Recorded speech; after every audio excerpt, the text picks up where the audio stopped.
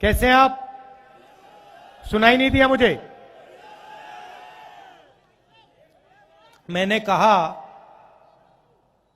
Press के मित्रों, मगर यूं मित्रों का काम तो करते नहीं है। ये बेचारे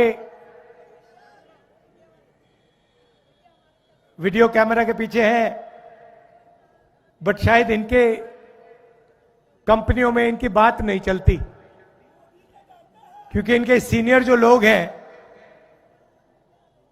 वो पूरा का पूरा बीजेपी का प्रधानमंत्री का काम करते हैं।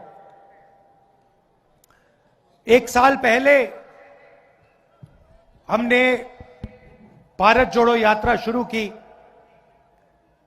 कन्याकुमारी से लेकर कश्मीर चले, समुद्र से हिमालय तक चले और लाखों लोग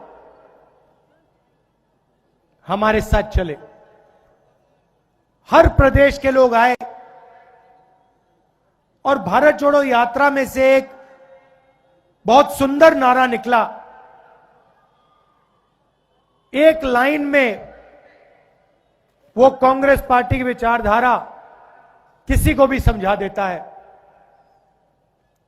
नफरत के बाजार में मोहब्बत की दुकान खोलनी है। और मैं जानता हूं कि हमारे जो कार्यकर्ता हैं, हमारे जो नेता हैं, अपनी जिंदगी में, अपने काम में इस लाइन का पालन करते हैं। हमारी कोशिश होती है कि हम नफरत ना फैलाएं, हिंसा ना फैलाएं, मोहब्बत, भाईचारा फैलाएं। आप देखो, कांग्रेस पार्टी के किसी भी नेता का, कार्यकर्ता का चेहरा देखो, मुस्कुराता हुआ चेहरा दिखेगा आपको। धक्का लग जाता है, गिर जाता है, चोट लग जाती है, टांग टूट जाती है, तब भी आपको बड़ी सी मुस्कान दिखाई देगी। और बीजेपी का कार्यकर्ता होता है, उसको कुछ भी ना हो, वो ऐसे देखता है सबको घूर घूर के, खुश नहीं होता, मुस्कुराता नहीं है। उनके आप नेता देख लो, मोदी जी की फोटो देख लो, अमित शाह जी की फोटो देख लो, मोहन भगवत जी की फोटो देख लो,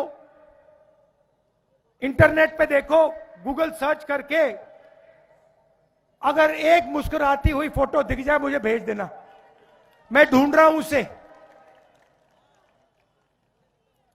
गुस्से में रहते हैं। जब हमने ये यात्रा पूरी की, पता लगा कि हिंदुस्तान का डीएनए मोहब्बत का डीएनए है।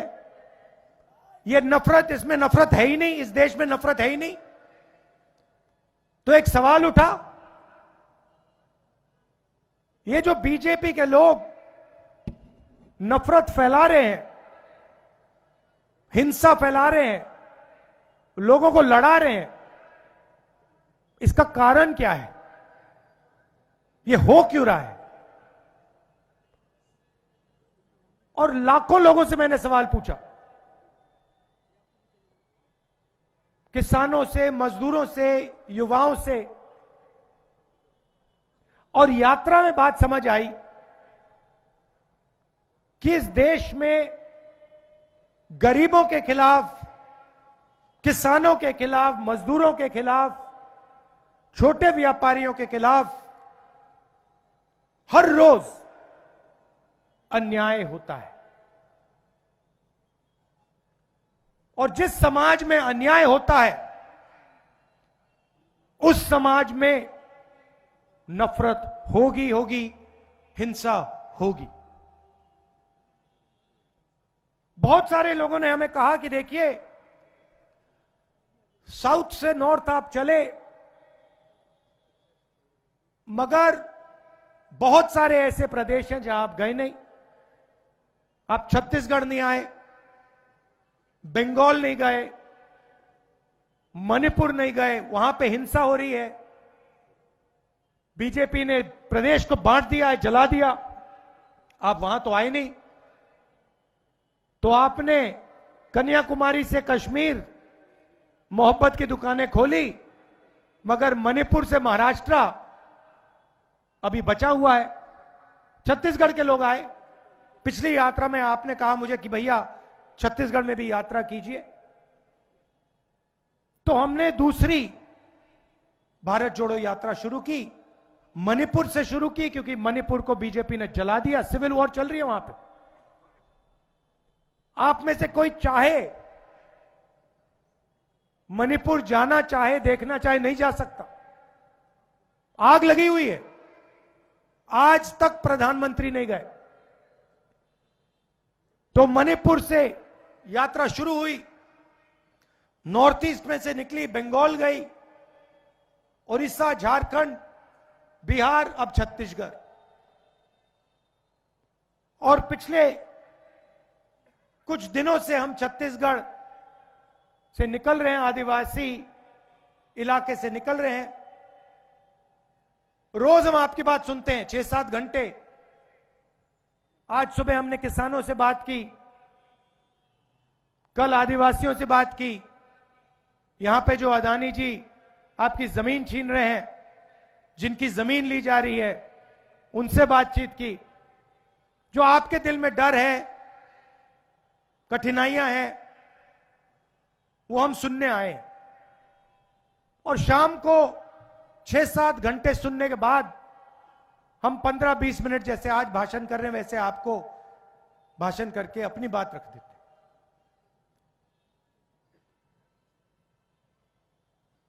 तो 2 तरीके के अन्याय हो रहे हैं। 5 अन्याय हैं, मगर 2 सबसे बड़े अन्याय हैं। एक है आर्थिक अन्याय और दूसरा है सामाजिक अन्याय। आर्थिक अन्याय में बेरोजगारी फैल रही है। 40 साल से सबसे ज्यादा बेरोजगारी आज है हिंदुस्तान में। हो क्या रहा है कि बड़े अरबपति चाइना का माल हिंदुस्तान में बेच रहे हैं। आप देखिए, शर्ट के पीछे देखिए, पैंट के नीचे देखिए, मोबाइल फोन के पीछे देखिए, मेड इन चाइना आपको दिखेगा। मेड इन चाइना जब फोन बनता है, उसमें से हिंदुस्तान के युवा को रोजगार मिलता है क्या? नहीं मिलता।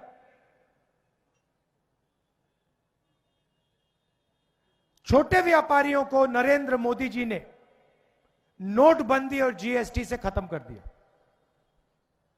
रोजगार छोटे व्यापारी, स्मॉल और मीडियम बिजनेस वाले लोग देते हैं, जो छोटे कारखाने चलाते हैं, छोटी मैन्युफैक्चरिंग करते हैं, हैंडलूम का काम करते हैं, ये लोग रोजगार देते हैं।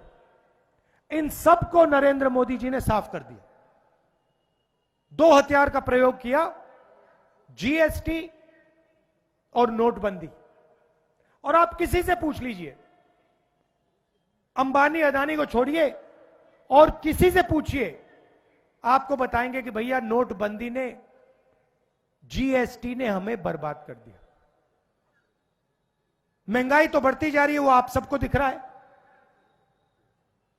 किसानों को जो मिलना चाहिए वो नहीं मिल रहा है।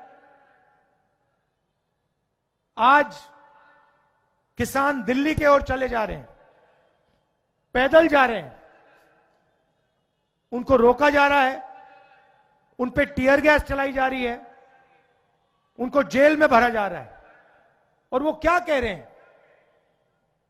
सिर्फ ये कह रहे हैं कि हमारी मेहनत का फल हमें मिलना चाहिए। स्वामीनाथन जी को बीजेपी की सरकार ने भारत रत्न दिया, मगर जिस चीज के लिए स्वामीनाथन जी ने अपनी जिंदगी दी, हिंदुस्तान के किसानों के लिए जो उन्होंने मेहनत की, जो स्वामीनाथन जी ने कहा, उसको करने के लिए तैयार नहीं है।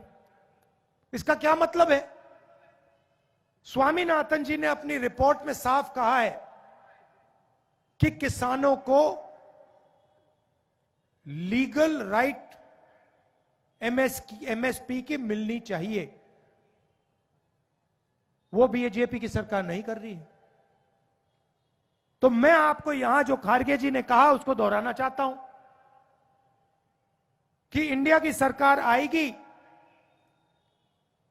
तो हम एमएसपी की गारंटी हिंदुस्तान के किसानों को देंगे। जो स्वामीनाथन रिपोर्ट में लिखा है वो हम पूरा करके आपको दे देंगे। और ये हमारी शुरुआत है। हमारा मैनिफेस्टो बन रहा है, उसमें हमारा डिस्कशन चल रहा है। ये हमने आपको सिर्फ पहली बात बोली है। इसके आगे भी हम अपने मैनिफेस्टो में किसानों के लिए, मजदूरों के लिए काम करने जा रहे हैं। दूसरी बात सामाजिक न्याय की है। मैं आपसे अगर सवाल पूछूं, इस देश में कितने पिछड़े लोग हैं, आप बता सकते हो? कोई मुझे बता सकता है कि पिछड़ों की इस देश में कितनी आबादी है? बताइए। 50%। मतलब हिंदुस्तान में 2 व्यक्तियों में से एक पिछड़े वर्ग का है। बहुत गहरी बात बोली है मैंने। आधी आबादी पिछड़े वर्ग की है। दलित कितने?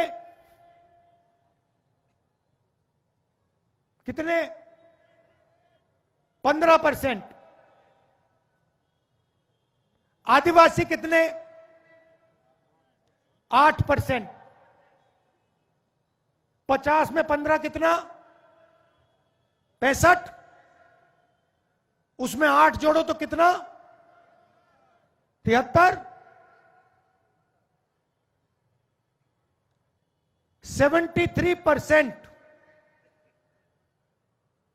दलित, आदिवासी और पिछड़े वर्ग के लोग हैं। मतलब तकरीबन अगर आपने 4 लोगों को खड़ा किया, उसमें से 3 लोग दलित, आदिवासी या पिछड़े वर्ग के लोग हैं। अब मैं आपसे पूछना चाहता हूं, हिंदुस्तान की सबसे बड़ी 200 कंपनियों के मालिक में से दलित, आदिवासी, पिछड़े लोग के कितने?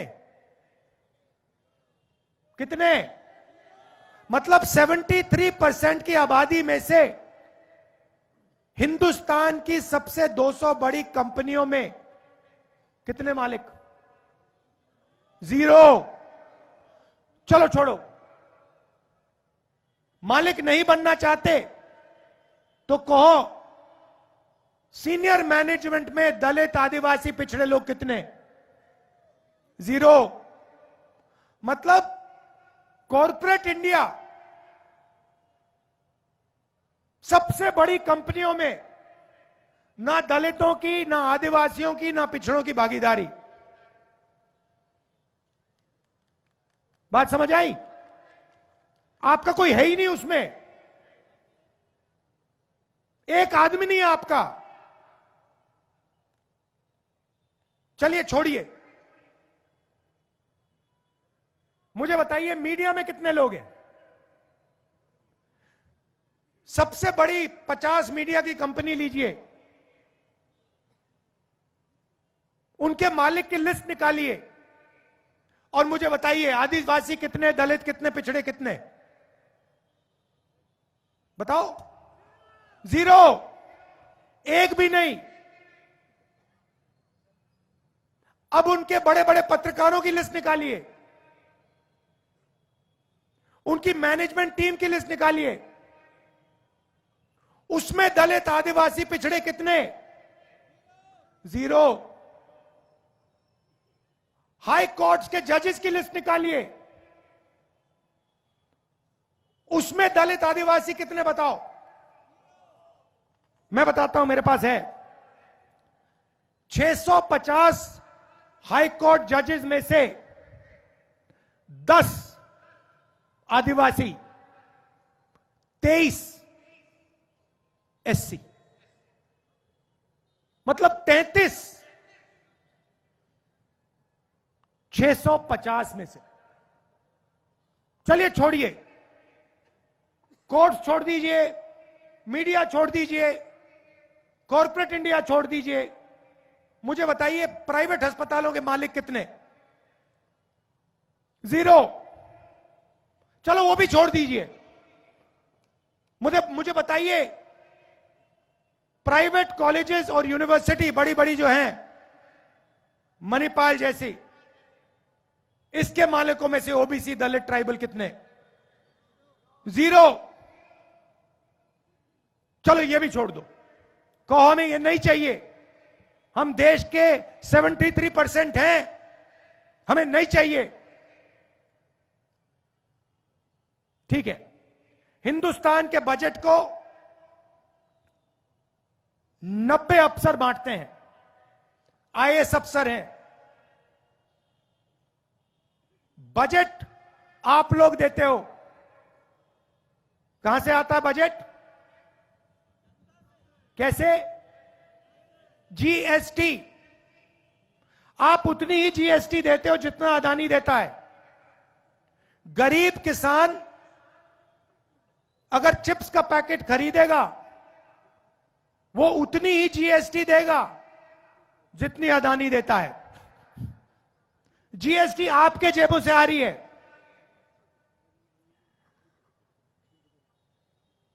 वो जीएसटी सरकार खर्च करती है, वो पैसा आपके बजट में जाता है। 90 अफसर निर्णय लेते हैं बजट का क्या होगा, छत्तीसगढ़ में कितना पैसा आएगा, स्वास्थ्य में कितना जाएगा, शिक्षा में कितना जाएगा, सैनिकों को कितना मिलेगा, अग्निवीर योजना में कितना जाएगा, ये सब ये 90 अफसर चुनते हैं, डिसाइड करते हैं। अच्छा बता दो, इन 90 अफसरों में से ओबीसी कितने? कितने? 3। दलित कितने? 3। आदिवासी कितने? 1। 90 में से 73% आबादी की हिस्सेदारी 7 अफसर। अब उसको छोड़िए,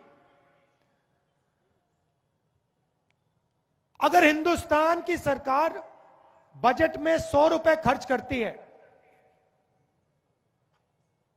तो ओबीसी, दलित और आदिवासी अफसर कितने रुपए का निर्णय लेते हैं? बताइए। 100 में से 73% के अफसर कितने रुपए का निर्णय लेते हैं? बताइए। 5% ओबीसी, मतलब 100 में से 5 रुपया पिछड़ा वर्ग,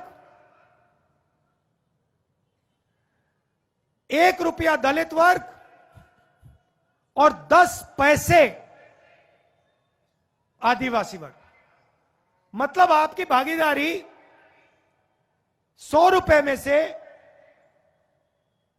6 रुपए 10 पैसे की है। बात समझिए, 73% आबादी आपकी। कॉर्पोरेट इंडिया में आपका एक आदमी नहीं, जुडिशरी में आपका नहीं, मीडिया में आपका नहीं, प्राइवेट अस्पतालों में आपका नहीं, प्राइवेट कॉलेज यूनिवर्सिटी में आपका नहीं। आपकी जगह पता कहां है? आपके लोग पता है कहां भरे हुए हैं? मनरेगा की लिस्ट निकालो, मनरेगा की लिस्ट निकालो, कॉन्ट्रैक्ट लेबर की लिस्ट निकालो। जो लोग इस देश को बना रहे हैं, खून पसीना दे रहे हैं, वो लिस्ट निकालो। मनरेगा की लिस्ट में आपके लोग भरे हुए हैं, कॉन्ट्रैक्ट लेबर की लिस्ट में आपके लोग भरे हुए हैं।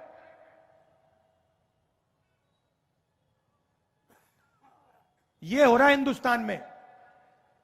इसीलिए यात्रा में हमने न्याय शब्द जोड़ दिया है।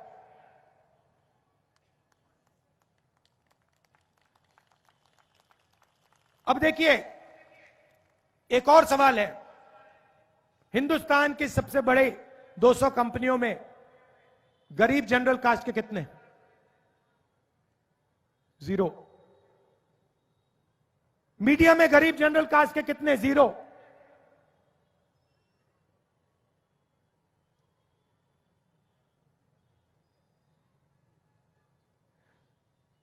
तो हिंदुस्तान में हो क्या रहा है? 1% लोगों के पास पूरा का पूरा सिस्टम है। आप जीएसटी से पैसा देते हो, आपका पैसा निकलता है सीधा उन्हीं 1% के हाथ में जाता है। उसमें अदानी जी हैं, 10-15 बड़े बड़े अफसर हैं, वो 90 अफसर हैं। आपका पैसा उधर जा रहा है और आपको उस पैसे का कोई फायदा नहीं मिल रहा है। इसीलिए हमने ये यात्रा शुरू की है। तो सामाजिक न्याय के लिए एक क्रांतिकारी कदम है। क्रांतिकारी कदम आजादी जैसा, सफेद क्रांति जैसा, हरी क्रांति जैसा, बैंक नेशनलाइजेशन जैसा, कंप्यूटर रेवोल्यूशन जैसा एक क्रांतिकारी कदम है। कभी आपके चोट लगती है, हाथ टूटता है, पैर टूटता है, आप अस्पताल जाते हो, डॉक्टर पहली चीज क्या कहता है? भैया एक्सरे कराओ, पहले यह पता लगाओ कि हाथ टूटा है या नहीं। सही? आप सिर हिला रही हैं, हुआ आपके साथ? तो यही हम करना चाह रहे हैं। देश का आर्थिक और सामाजिक एक्सरे, उसको हम जाति जनगणना कहते हैं।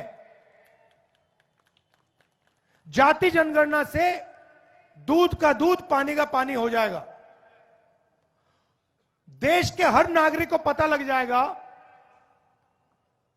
कि ये 1% लोग कौन हैं, हिंदुस्तान का धन किसके हाथ में है, पिछड़ों को क्या मिला, आदिवासियों को क्या मिला, दलितों को क्या मिला, गरीब जनरल कास्ट के लोगों को क्या मिला, माइनॉरिटीज को क्या मिला, बिल्कुल सामने आ जाएगा। कितनी आबादी किसकी है और कितना धन किसके पास है, बिल्कुल साफ आपके सामने आ जाएगा। उसके बाद क्रांतिकारी काम शुरू होगा। तो यह भी हमने अपने मैनिफेस्टो में लिखा है कि कांग्रेस पार्टी ने क्रांतिकारी काम किए हैं। आजादी की लड़ाई लड़े, सफेद क्रांति, हरी क्रांति, कंप्यूटर लिबरलाइजेशन, बैंक नेशनलाइजेशन, वैसा ही हम अब क्रांतिकारी काम करने जा रहे हैं।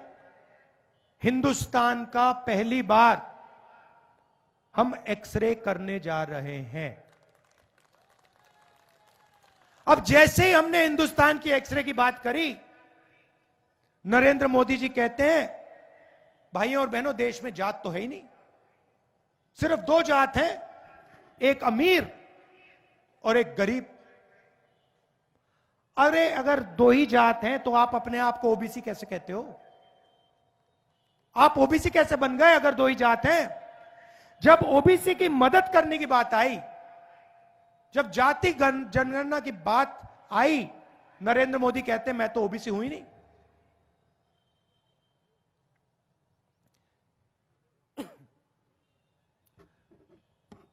तो ये आज मैं आपसे कहना चाहता था सामाजिक और आर्थिक अन्याय के खिलाफ हमारी लड़ाई है। इसलिए हमने ये यात्रा की। आप सब आए, आपने अपनी शक्ति, अपनी ऊर्जा इस यात्रा में डाली। आपने छत्तीसगढ़ में मोहब्बत की दुकानें खोली। इसके लिए आप सबको दिल से धन्यवाद करता हूं। और जो हमारे कार्यकर्ता हैं, जो हमारे बब्बर शेर छत्तीसगढ़ में घूम रहे हैं, मैं आप सबका दिल से धन्यवाद करता हूं कि आप हमारी विचारधारा के लिए लड़ते हैं। और जो आज मैंने आपको कहा वो आप छत्तीसगढ़ की जनता को बताइए। धन्यवाद। जय हिंद।